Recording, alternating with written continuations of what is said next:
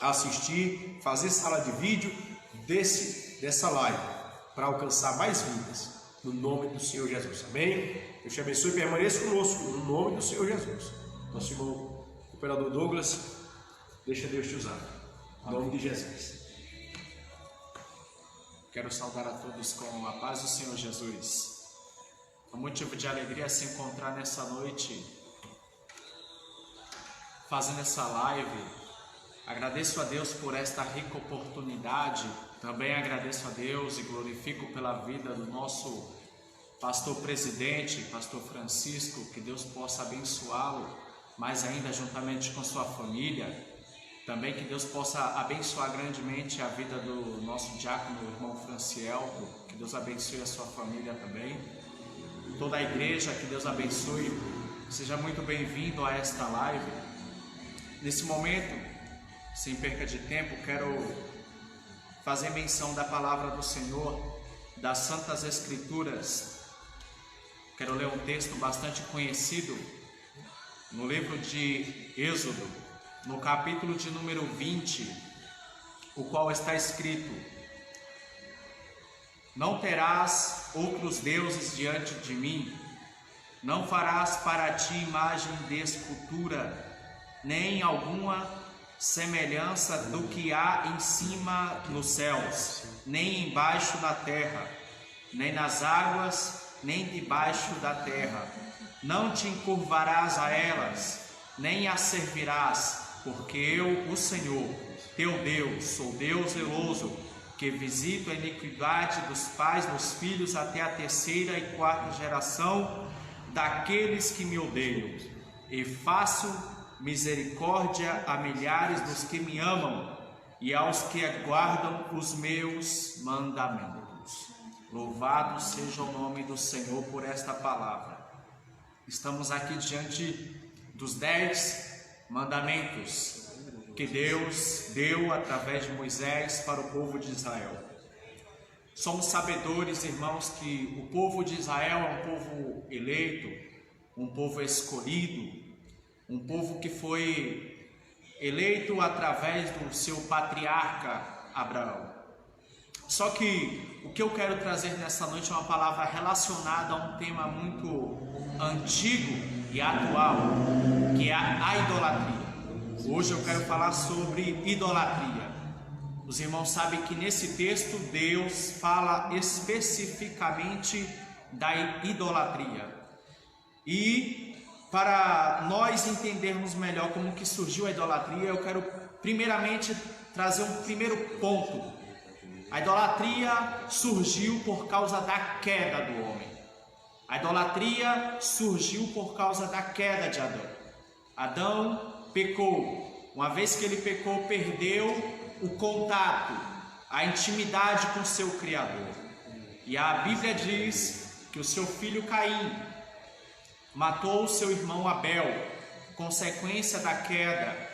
E a Bíblia diz que Caim foi para a terra de Nod, e lá, através dele, de seus descendentes, começaram a criar formas de se adorar a deuses, divindades, coisas estranhas. Porém, por outro lado, outro descendente de Adão, chamado Sete, teve outro filho. Sete teve um filho e foi chamado de Enos. E a Bíblia diz que Enos, a partir de Enos, começou a se invocar o nome do Senhor. Agora nós temos, pensa comigo, dois tipos de pessoas na terra: aquelas que invocavam a Deus e aquelas que fizeram para si postes ídolos, aquelas que criaram para si deuses, aquelas que criaram para si objeto de culto e de adoração. Então, irmãos, não obstante isso, a Bíblia diz que a corrupção foi de forma geral. O gênero humano se corrompeu de tal maneira que cansou a Deus. Pensa comigo, Deus é bom, Deus é paciente, misericordioso, mas a Bíblia diz que Deus perdeu a paciência com o homem. A Bíblia diz que certa feita Deus disse que iria destruir toda a carne. Então, no livro de Gênesis, no capítulo 6, Deus escolhe um homem para construir uma arca, porque disse que ia mandar juízo sobre a terra. E naquela época, uma época de depravação moral, uma época de idolatria, uma época de desvio, de todas as formas o gênero humano estava corrompido, Deus decidiu destruir aquela nação. Então, irmãos, para que os irmãos comecem a entender melhor, ainda falando sobre idolatria, o que é idolatria? Idolatria é tudo aquilo que ocupa o lugar de Deus na nossa vida. É tudo aquilo que nos rouba a comunhão. É tudo aquilo que nos faz perder a comunhão com Deus. É tudo aquilo que faz com que seja venerado, cultuado, adorado na qualidade de Deus. Veja bem, a palavra Deus no hebraico é Senhor, Adonai, aquele que manda.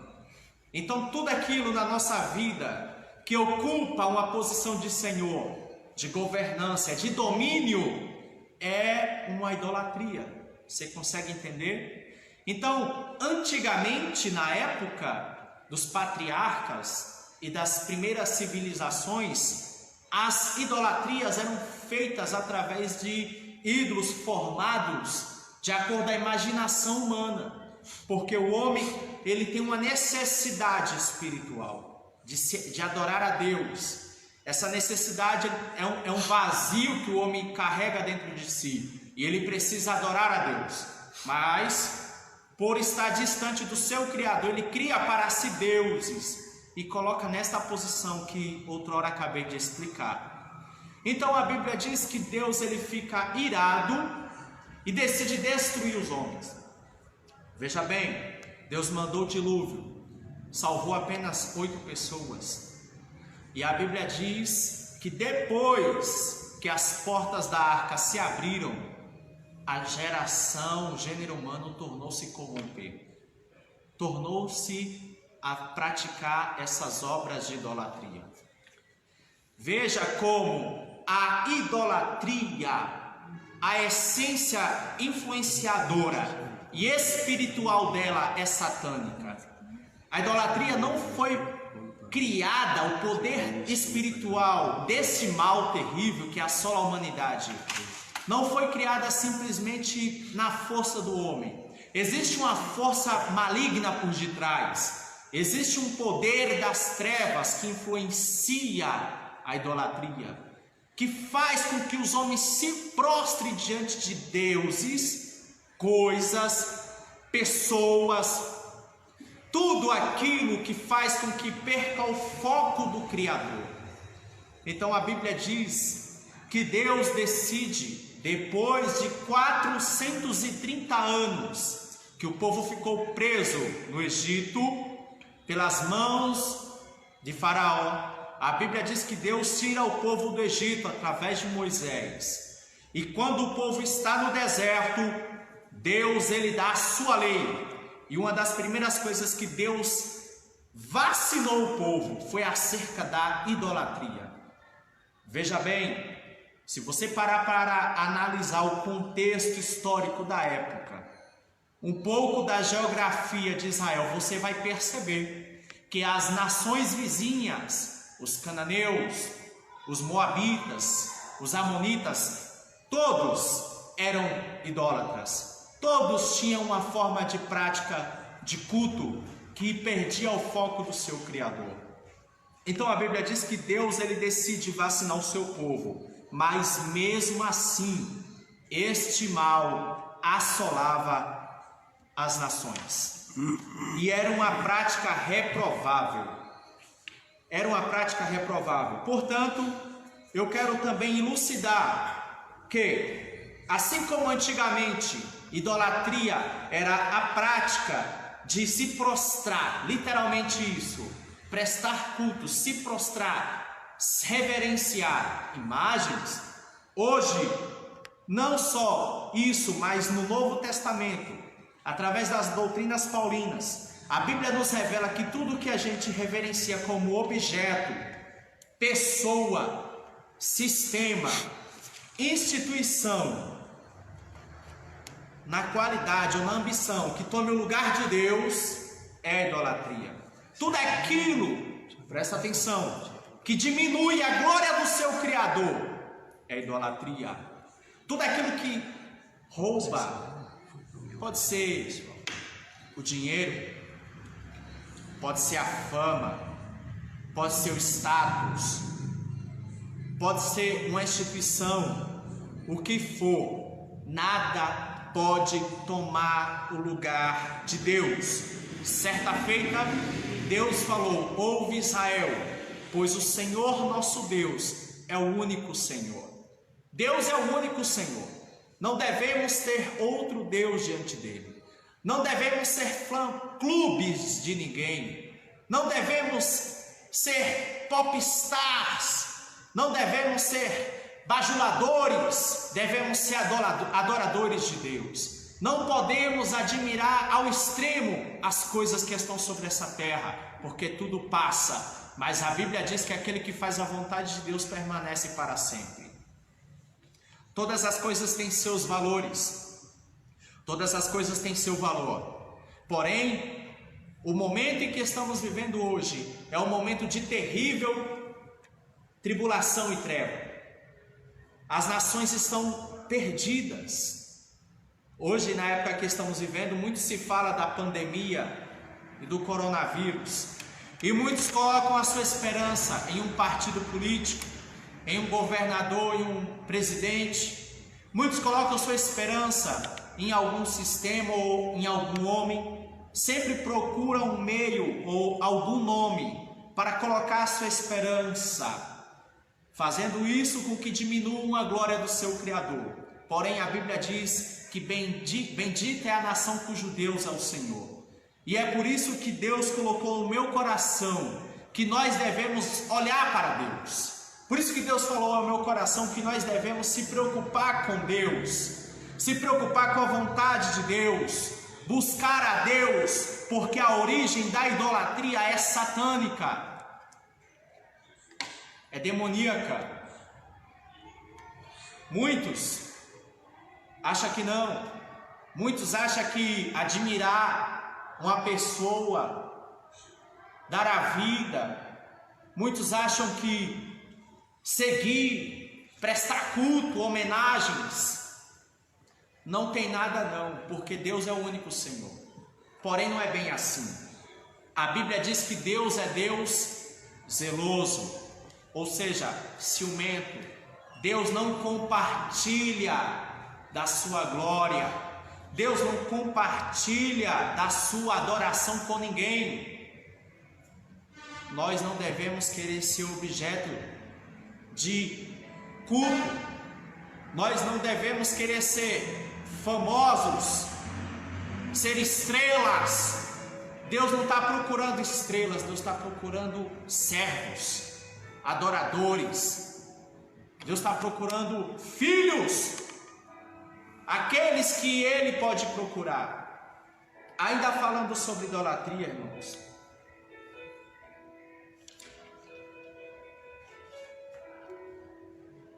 a Bíblia mostra a proibição desta prática, aonde lemos no livro de Êxodo, no capítulo de número 20, a Bíblia mostra a proibição. Deus proíbe severamente, e como falei, essa prática, longe de Deus, ela jamais será vencida. Eu posso até dizer que todo homem, longe do seu Criador, é um idólatra, é um mal, é um pecado. Todo homem, todo cristão que coloca a sua vida em coisas a não ser no seu Criador é idólatra. E esse tipo de pecado é um tipo de pecado que leva assim ao inferno e está debaixo da ira de Deus. Deus quer que nós venhamos a conhecê-lo. Deus quer que nós venhamos a amá-lo, como é o primeiro mandamento. Deus quer que Ele seja o centro da minha e da sua vida. Deus quer ser o dono, Ele quer ser o alvo da sua razão. Deus não é um amuleto para você se proteger nos dias maus. Deus não é qualquer coisa, Deus é soberano. E como soberano, Ele não depende de nós, mas os seus atributos morais, o amor que Ele sente pela humanidade, faz com que Ele olhe para as suas criaturas pequenas, pobres, desprezíveis, pecadoras, e derrame sobre elas o seu amor, trazendo uma esperança. O povo de Deus tornou-se idólatra. Veja que no primeiro eu expliquei o que é idolatria. Esse mal, a origem da influência. Eu falei sobre as advertências bíblicas de Deus para com o seu povo, mas mesmo assim, segundo tópico, o povo tornou-se idólatra através de Salomão. Lógico que já havia, principalmente na época dos juízes, o povo se desviava, adorava outros deuses, Deus levantava libertadores para libertar o povo, mas mesmo assim, o povo só se arrependia quando estava na mão dos inimigos. Veja a insensatez, a falta de amor para com o seu Criador. O povo só se arrependia quando estavam na pior. Eles não amavam a Deus. Eles só lembravam de Deus quando estavam passando fome, ou seus filhos e suas famílias estavam sendo mortas pelos inimigos de Israel. Um certo homem chamado Jeroboão quis se levantar contra Salomão para ele parar de praticar essas obras. Só que Salomão estava cego pelo diabo, estava cego pelo orgulho, estava preso na idolatria. Salomão estava cego pelo poder, não quis ouvir Jeroboão. Jeroboão fugiu para o Egito. Passou o tempo, Salomão morreu no seu estado de miséria. E a Bíblia diz que o seu filho Roboão assumiu o lugar. Então, quando Roboão assumiu o lugar, Jeroboão voltou do Egito. E a Bíblia diz que Jeroboão, aclamado pela nação, com esperança de que agora ia melhorar a situação do povo, Jeroboão foi aconselhar Roboão. E a Bíblia diz que Roboão decidiu ouvir os jovens sem experiência, ao invés de ouvir os anciões, os representantes da sabedoria, do conselho. E aí a Bíblia diz que Roboão, ele aumentou os impostos do povo, fazendo com que o povo ficasse mais revoltado. O que aconteceu? Um racha na nação. A nação se dividiu em dois. Logo, Jeroboão assumiu 10 nações do norte. E Roboão ficou com as 2 tribos do sul, Judá e Benjamim. E Jeroboão ficou com as outras 10. Só que o que eu acho interessante é Jeroboão estava debaixo de profecia. O profeta disse, rasgou a roupa e disse: você vai ser rei. Deus falou. Só que a influência da idolatria demoníaca, ele não vigiou. E o que ele fez? Construiu 2 templos e colocou bezerros de ouro nesses 2 templos. Construiu um no mais alto de Israel, em Dan, e o outro na parte baixa no sul, em Betel, outro templo. E fechou as fronteiras e ninguém mais, toda a nação podia ir para a terra de Israel, a terra de Judá, Jerusalém, adorar a Deus no templo. Então o povo se tornou idólatra. Outro problema, outra consequência da idolatria. A Bíblia diz que os sacerdotes não aceitaram isso, se rebelaram contra Roboão e foram para Judá. E o que Jeroboão fez? levantou sacerdotes sem experiência, e na realidade não tinha nada a ver, eram intrusos, e colocou para cultuar. Veja como as consequências da idolatria foi terrível para Israel. Consequência sabe como? Guerra, crise financeira, falta de paz, falta de proteção, fome, todas hostes de malícias, coisas maléficas, marzelas, veio sobre o povo.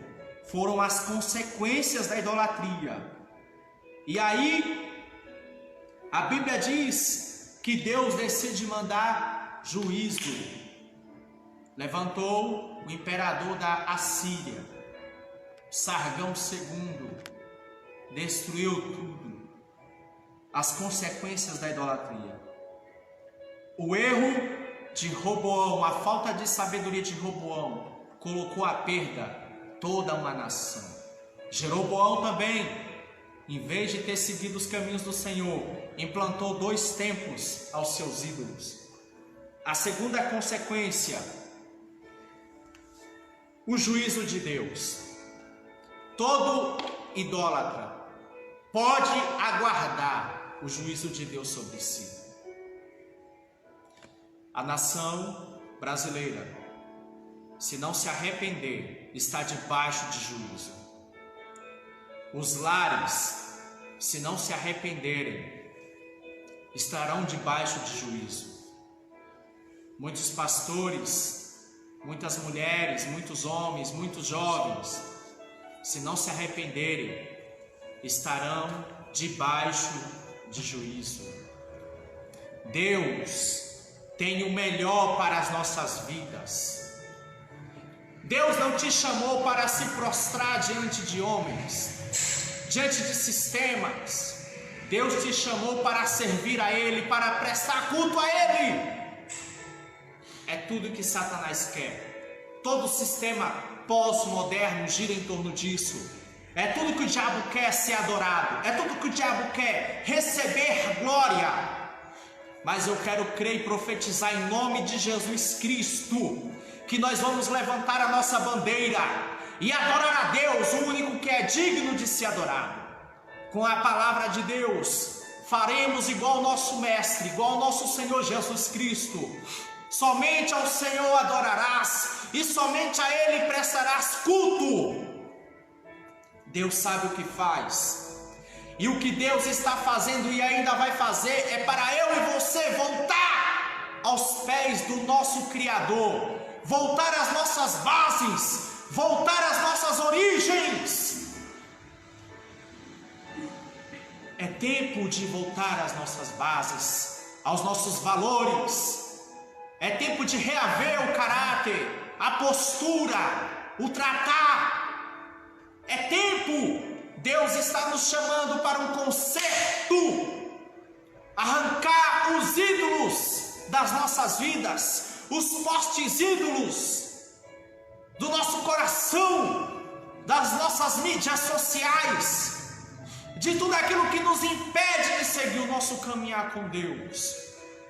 Pegar firme nos pés do Senhor e adorá-lo na beleza da sua santidade, porque em breve Ele virá para nos salvar dessa leve e momentânea tribulação. Que Deus continue te abençoando. Que Deus renove as suas forças como a águia. Que você possa ter prazer em Deus novamente. Que você possa ter prazer ao ler estas escrituras, ao orar, ao buscar ser quebrantado pelo Espírito Santo e arrancar toda a idolatria das nossas vidas. Tudo aquilo que nos faz perder a fé, a confiança no nosso Criador, o nosso fervor espiritual, tudo aquilo que nos influencia, tudo aquilo que nós admiramos, porque lembre do início da mensagem que eu falei, a consequência existe por causa da queda. Vamos consertar nosso altar, porque sem santidade somos propensos a ser idólatras, a fazer aquilo que não fazíamos. Nossos valores morais espirituais, sociais, religiosos, temos que voltar a buscar isso, porque Deus tem o melhor para a nossa vida. Que Deus continue abençoando e que essa palavra seja de renovação para você. Que Deus fale mais ao seu coração e continue acompanhando o canal da igreja no YouTube, no Facebook, nas mídias sociais. Deus te abençoe e te guarde, que faça resplandecer a sua luz e que te dê a paz. Deus abençoe. Eu agradeço, fico pela aqui, em nome do Senhor Jesus, fico pela aqui nessa noite, agradecendo a minha oportunidade e profetizando bênçãos para essa nação, bênçãos para a sua vida. Devemos fazer igual o profeta Elias, consertar o nosso altar que está quebrado, porque em breve Deus vai mandar do céu fogo, Deus vai mandar do céu o avivamento, Deus vai mandar paz, em nome do Senhor Jesus. Deus te abençoe e assim eu agradeço a minha oportunidade em nome do Senhor Jesus. Amém. Quero terminar com oração. Amém? Onde você está, coloque sua vida nas mãos do Senhor agora, porque Deus vai entrar com providência. Deus sabe o que faz. E se você está aqui não é em vão, Deus te trouxe aqui. Eu não sei o que você está passando, mas coloque nas mãos de Deus. Coloque a sua vida nas mãos de Deus, porque Deus vai cuidar da sua vida. Soberano Deus e eterno Pai, nesse momento, Senhor, nos encontramos na Tua presença, te agradecendo por esta oportunidade que o Senhor nos concede. Deus, que o Senhor possa expulsar para bem longe todo mal, toda influência satânica, quebrando os males que assim nos cerca e nos assola. Espírito Santo, que o Senhor nos dê graça, nos dê força e coragem para vencer o mal. Deus, que o Senhor tome nas Tuas mãos as nossas vidas e nos abençoe, meu Deus, em nome do Senhor Jesus. Ó Pai amado, Pai querido, toma a direção desta nação, da política brasileira e do mundo. Deus, toma a direção das igrejas evangélicas, toma a direção, Senhor, e faz a Tua vontade em nome de Jesus, Senhor. Abençoe a nossa família, abençoe nossos sonhos, nossos projetos, mas que tudo seja para a honra e a glória do Teu nome, em nome de Jesus. Amém e amém.